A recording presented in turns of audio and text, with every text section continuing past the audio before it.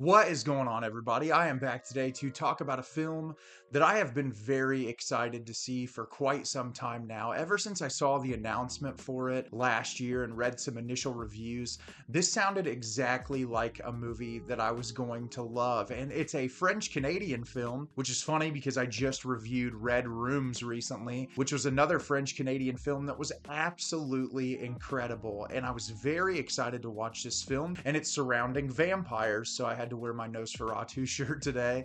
And the movie I'm going to be discussing with you is Humanist Vampire Seeking Consenting Suicidal Person. Humanist Vampire Seeking Consenting Suicidal Person is directed by Ariane Louis-Seize. Sasha is a young vampire with a serious problem. She's too sensitive to kill. When her exasperated parents cut off her blood supply, Sasha's life is in jeopardy. Luckily, she meets Paul, a lonely teenager with suicidal tendencies who is willing to give his life to save hers. But their friendly agreement soon becomes a nocturnal quest to fulfill Paul's last wishes before the day breaks. So, as I said, I was very excited to watch this movie based on the plot description and seeing some of the initial reviews, and this movie became an instant favorite for me. And this movie is not going to be for everyone. Sometimes when you start watching a movie, you can tell that all of the elements to make a great film, the performances, the cinematography, the sound design, the musical choices, are just made in such a way that they captivate you through the entire runtime. And that's exactly what happened with this movie.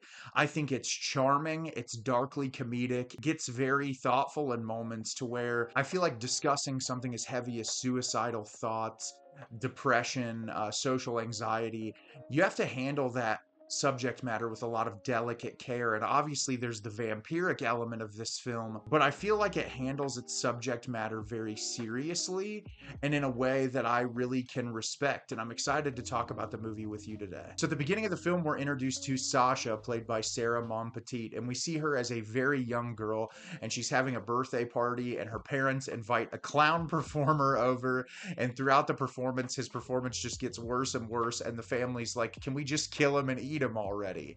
And Sasha is completely terrified by this and watches her family devour this clown, and she starts crying and she breaks down.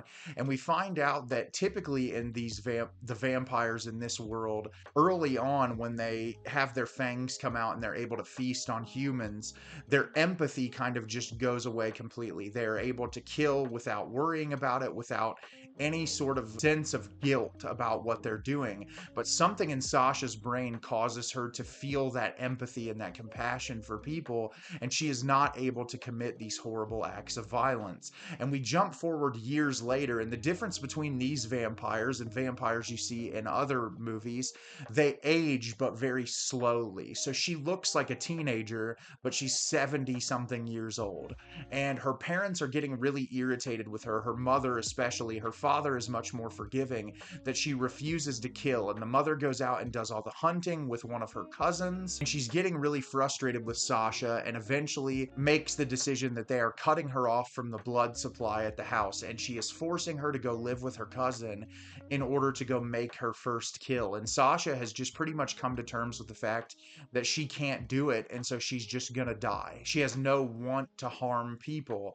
And she's out one night and runs into Paul, played by Félix-Antoine Bénard. And he is miserably depressed. He gets bullied at his job at a bowling alley. He loves his mom and the two of them are close, but he's incredibly awkward socially. And he just doesn't feel like there's any reason to continue living. And he goes to a suicide support group where these people come together to give you reasons to continue living. And Sasha is at that group, and he makes a comment in the group saying, if I had a reason to die for a good cause, I would do it in a minute. And so Sasha talks to him and essentially says, hey, I'm a vampire and I need to feed. If you don't want to live anymore, I will take your life. And so the two of them start spending time together.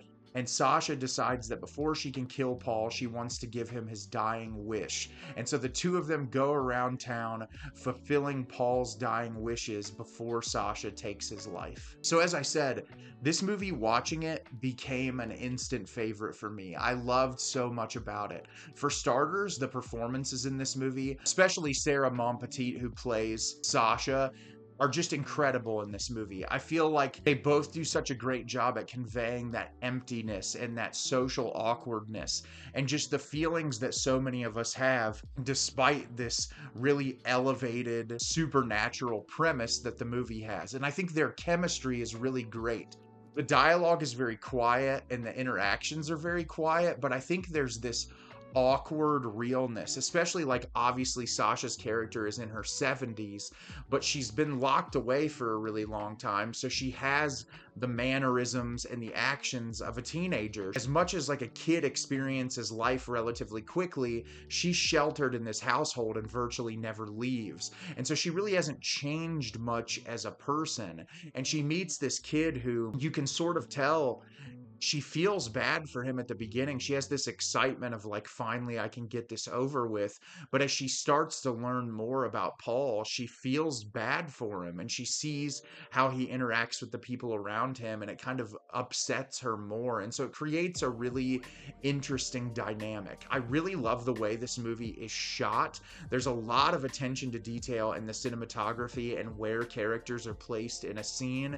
And I think it creates the dynamic of their relationship really well. I also really like the coloring of this film. It's very dark intentionally, and I think it accompanies the mood and the tone of the movie really well. The musical choices in the film are really great too. I think that it's a really unique soundtrack choice, and especially some of the needle drop moments are really great, and I liked the music that they chose throughout this film. But the thing I think I appreciate the most about this is the way it looks at depression and the way that it looks at living through depression, because both of our lead characters are dealing with something similar but also very different.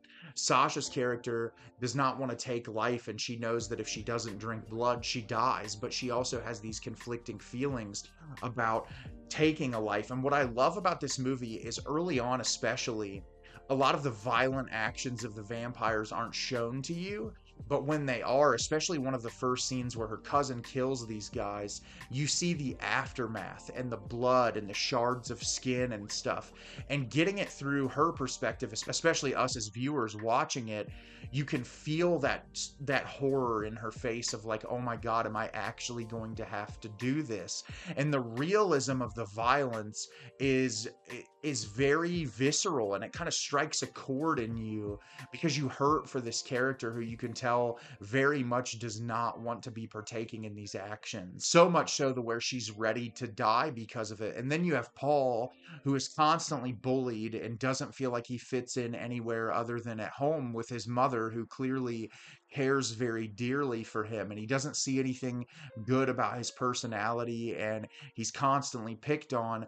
And the issues beyond that were never necessarily told, but I think that's depression in a nutshell, is that you can have little things that impact you, that push you to a point where you no longer want to live, and it only takes that one right person or that one person caring for you to kind of rethink your entire situation. And I think the dynamic between these two characters is so well structured, and there's so much charming dark humor in this movie that I really appreciated, that kind of caught me off guard a little bit, just how absurd some of the humor is. But there's also really beautiful dramatic moments that I think parallel really well to the silly humor. And I think because of with the delicacy that the subject matter is handled, it's able to kind of switch from this really thoughtful film about depression to this overtly supernatural vampiric film. And I just loved it so much. I had a smile on my face